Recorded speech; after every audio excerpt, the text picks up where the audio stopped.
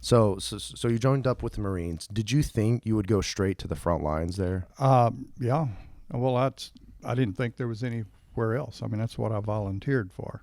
So why the front lines? Why? Yeah. Well, and I mean, if I you're guess, going to be a yeah. Marine, you don't want to be, Sitting pushing pencils somewhere, Right. in the background. Yeah, I mean that's what they do. That's the way we communicated. We didn't, everybody always, did you have to learn Vietnamese? Well, no, we weren't there to make discussions. Did you learn Vietnamese? Just a few words. I'm going to kill you. Dee Dee Mao, get out of here. And Lai Dai, come here. Oh my God! And either one, you better obey. Oh my goodness. Okay, so what was the first situation where you saw action, where it clicked with you that this is what I'm going to be doing for the next? Probably the when I flew to Da Nang, and you get all your gear and initiated and all that stuff. Well, when I probably the first time was, God, it must have been when I first got off the helicopter out in the bush and was out near Anwa, and was on some kind of a little patrol, and somebody started firing at us from the village, and that was the first time. Wow. Did you ever think in this moment, like, what have I gotten myself into? No, never Wow. did. And I never, ever, and I've shared this recently with some people about this COVID that I went through. The whole time I was in Vietnam, I never, ever once thought that I would not make it out alive. Wow. I had times when we were overrun and lost a lot of men. It never crossed my mind once that I'm going to be, this is it. Who do I want to say my goodbyes to or pray to or what? Yeah, yeah. Never crossed my mind. Wow. And I had a lot of troops that did, are we going to make it out of here? Right, right. I said, sure, they can't make it tough enough. It was just the Can't get much tougher than this. Yeah. How does your brain work?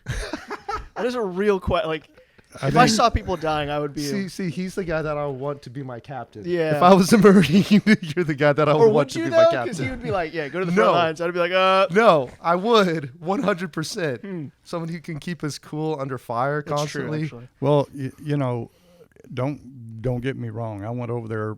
I was played some football. Went out up at Quantico, Virginia, for the Marine Corps, and we were getting ready to graduate. So, and I wasn't that great anyway. So, I was 217 pounds and had about 17.5-inch neck or so, and 30-inch waist. And after about 10 months in Vietnam, I didn't really know, but when I got wounded the last time, I went into hospital over there.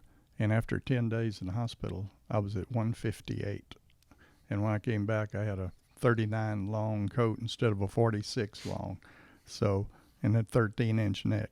So, yeah, that you don't lose that type of stuff just by not eating. Right. Which, was How'd you a tough lose it? thing to stress. Oh, gosh. Okay. Yeah. I mean, fear does some, or just acting, you can't, we were moving all the time and under fire and things like that. So wait, how did you get wounded? Was that the first time you got wounded? Yeah. Other ones just stuff that, when you had a lot of, the Vietnamese had a way of prepping your area with mortars and rockets and things like that while they were moving up. And they knew that the only thing you could do is stay down in a hole that you'd dig. Because we moved practically every day out in the field. We had a home base, but we moved out in the field.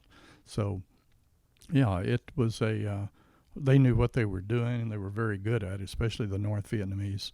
And as they were moving up, they were pounding you knowing you'd stay down. So once they stopped their barrage, that's when you would raise up. Well, you'd get hit by little things and stuff like that you wouldn't.